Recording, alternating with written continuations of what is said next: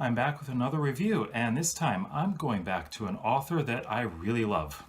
This week I'm taking a look at Eric by Terry Pratchett. It's the 9th book in the Discworld series, and it's a pretty short one too.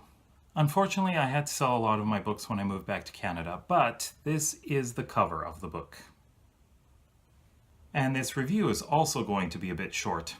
You see, this is one of the least memorable books by Terry Pratchett. The star of this book is Rincewind. I love Rincewind, but unfortunately, he doesn't make this book great. Eric is a parody of a few different things. Now, this includes Faust, Dante's Inferno, and Homer's Iliad. Of course, if you see some of the book covers, you'll see Faust has been crossed out and replaced with Eric. So who is this Eric? He's a teenager who considers himself a really good demonologist, and he manages to get Rincewind and his luggage out of the dungeon dimensions. Thinking that Rincewind is a demon, Eric commands him to do 3 things. And of course, this leads to a lot of interesting and humorous adventures. Rincewind is his usual self. He's a wizard, but he can't really cast any spells. He's quite inept at what he does. He is pretty incompetent, but he's funny.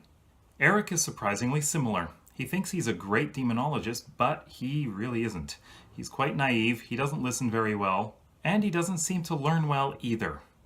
Death makes a brief appearance, and the Demon King Astafugl, that's A-S-T-F-G-L, it's an interesting one to pronounce, well, he seems to love paperwork and bureaucracy.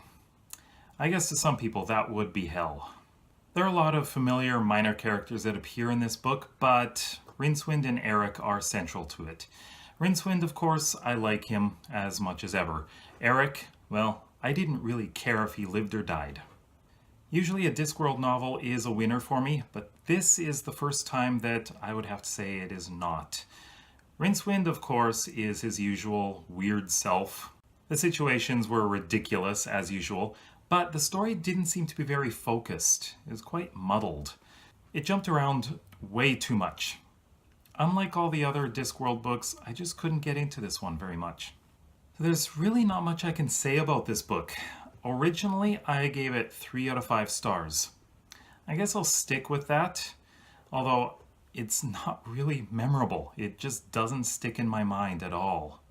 If you've read this book, let me know what you thought about it. You can leave a comment in the comment section below. But if you would like to see a review of what I think is a much, much better Discworld book by Terry Pratchett, then go check out this one right up here in the info card. That is Guards Guards. Now that one was pretty funny. If you like this video, then please give it a big thumbs up, and if you want to see some more reviews, then please subscribe down below and check out those videos over there. You might find something you like. Thanks for watching.